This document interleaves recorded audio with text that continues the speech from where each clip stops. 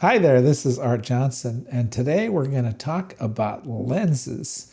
So I got about 5 or 6 lenses here that I want to talk to you about, and I'm going to go through them one at a time. We're going to talk about specifically micro four thirds lenses. Micro four thirds lenses are smaller lenses that are what's called a crop factor of 50%. So they're half the diameter of a full frame lens. This is a full frame lens. This is a micro four thirds lens. Look at the difference between these two. These are roughly the same focal distance. So this is a 12 to 32, and this is a 24 to 70. Now this one has a 50% crop factor from a full frame. So this would be 24 to 64, and this is 24 to 70. So roughly, these are identical lenses. This thing is really heavy. You know, I could use this for a boat anchor. This is tiny and very light. Now, there's a couple other differences than the size that make the difference in the weight, is that this is almost entirely plastic. In fact, it may be entirely plastic. I think even the lens could be plastic in this thing. And it opens up like this. And it's a kit lens that came with my G100. I just did a review online on the Panasonic G100 camera. And this is the lens that came with it. Again, those are equivalent. Now, this does a great job. I get a really good picture out of this. Let me talk about another lens. This lens here is also a very small lens. It's about the same size. This is a 15 millimeter. So this is a fixed focal distance. So it's 15 millimeters, and it's that converts to 30 in full frame thing. So it's a fairly wide lens. It's a Panasonic lens. It bears the Leica label on it. This was developed in conjunction with Leica. Leica probably contributed a lot to the design, maybe even some of the manufacturing, I don't know. And it's designed for a Panasonic lens. So what I'm saying here is that this is a catalytic lens. This is a really, really good lens. This is probably the finest lens I have in my collection. This 15 millimeter, again, converts to 30 millimeter in full frame turns.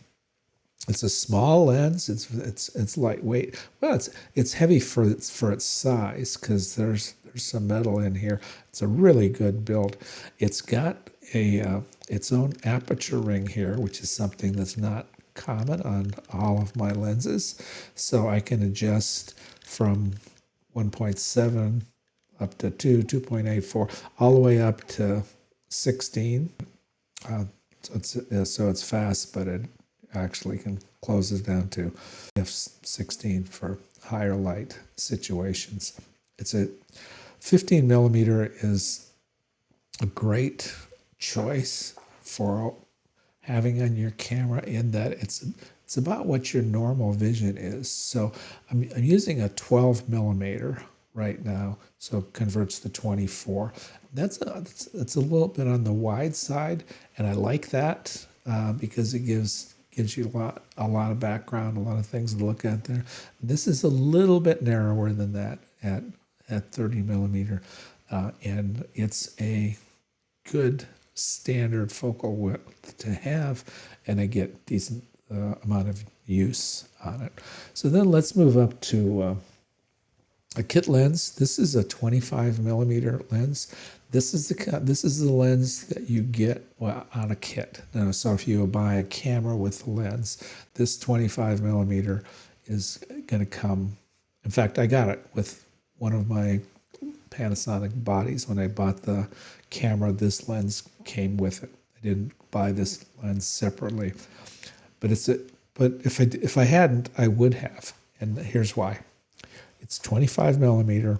It's a very standard kit lens on many, many brands. And so if you were to go out and buy a new Canon camera right now, chances are you'd get a 50mm lens with the camera. And that's the equivalent here. This is equivalent. It's a 25mm on micro four thirds, double that. So it would be 50 millimeters in terms of full frame. It's got f1.7, which is a very fast lens for an inexpensive lens. This is a lens that if I was a consultant for you and you were buying a new camera and you say, well, what lenses should I get? I didn't get any lenses with my camera. So the first thing I'd tell you to do is go buy a 25mm for two reasons. One, it's a good focal length.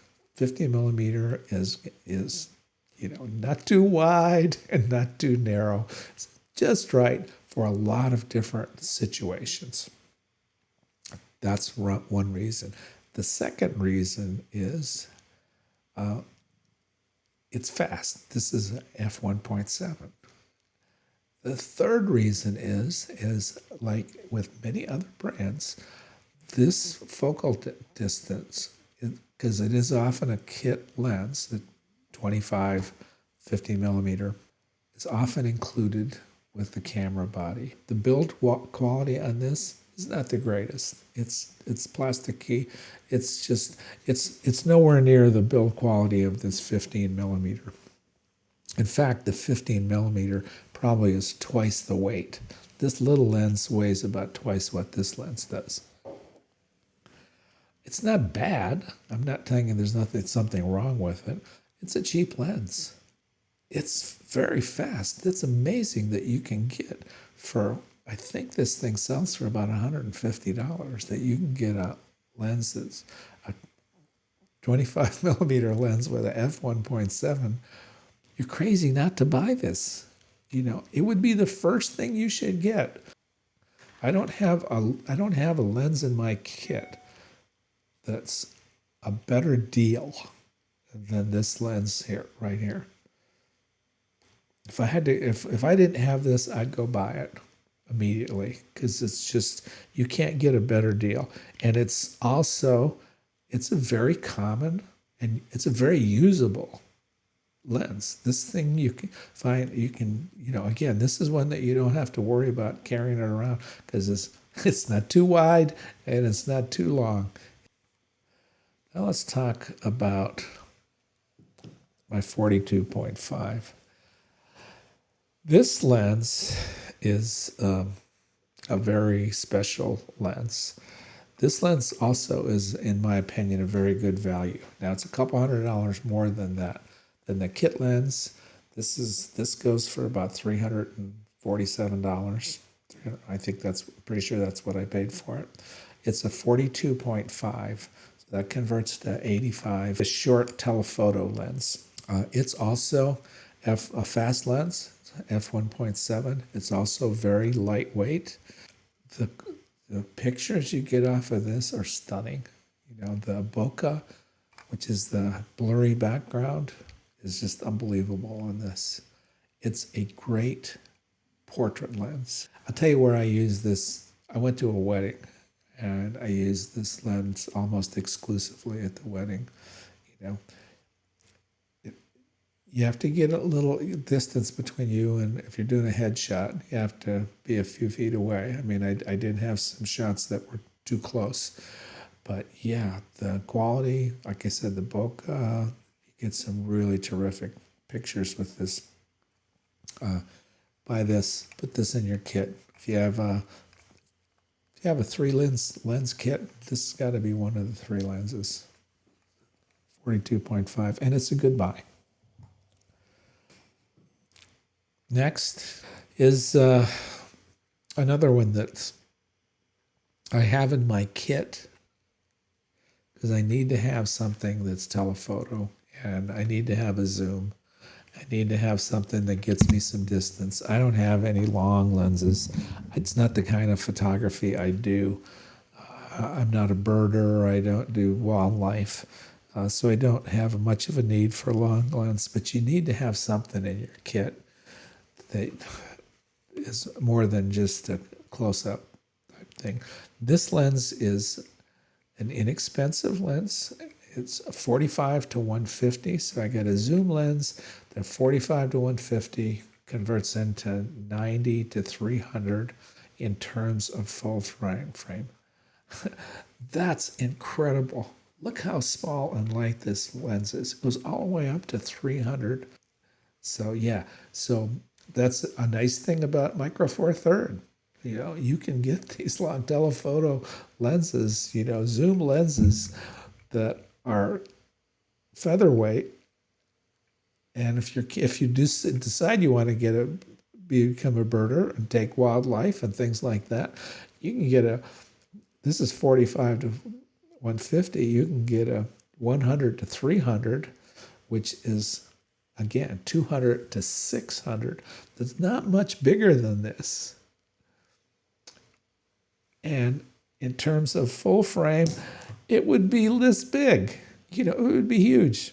If I sound passionate about this Micro Four Thirds focal distance, I am, because I think for a guy like me, an older guy, to be able to get these kind of lenses on this kind of a small camera and get the variety and the distance, I can carry this stuff around without having to break my back. Anybody with big full-frame cameras, they'd be lugging, they'd have a trailer behind them. I'm exaggerating, but it's just wonderful to be able to buy lenses for a smaller camera and have this variety and not have to worry about carrying around a lot of heavy equipment.